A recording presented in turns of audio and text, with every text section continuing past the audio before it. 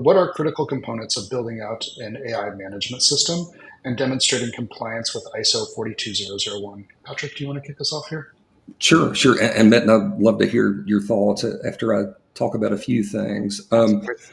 Really quickly, just thinking about the standard itself, it is a standard management system from ISO. So we'll see very similar corresponding components in that we have 10 clauses centered around management commitment.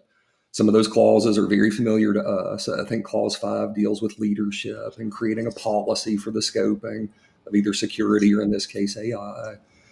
So we'll see something very, very familiar to us with our management clauses. In addition, we have our annex controls, which are specific to the context of the organization. And by that I mean, as we think about our context as an organization from the perspective of 42001, in general, ISO tells us that there are really 3 different roles that organizations are providing. And an organization can provide a single role or a combination of 2 or 3 of the roles. But those roles are essentially AI producers, those organizations like Microsoft, like OpenAI, like Anthropic, that are actually building and then selling, in this case, foundation models. There are provider developers, organizations that then consume those models from producers, add their secret sauce, add their tweaks, add their programmatic changes, and turn around and sell their service to downstream customers. And then the third role is customers or users. And so, Justin, you asked earlier about applicability of ISO 42001.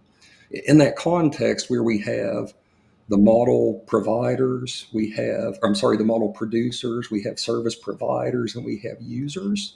Ultimately, we capture the entire ecosystem of AI use. So ultimately, any business doing business with other businesses can, in fact, stand up their own AI management system, and very likely should, to then have that management system assessed and certified. Aside from our clauses and controls, some of the areas that do make for not necessarily burden, but for additional effort, center around the changes in how we'll think about risk and how we think about impact assessment and how we think about, and this is something, Metin, that you mentioned earlier, for developers, our SDLC.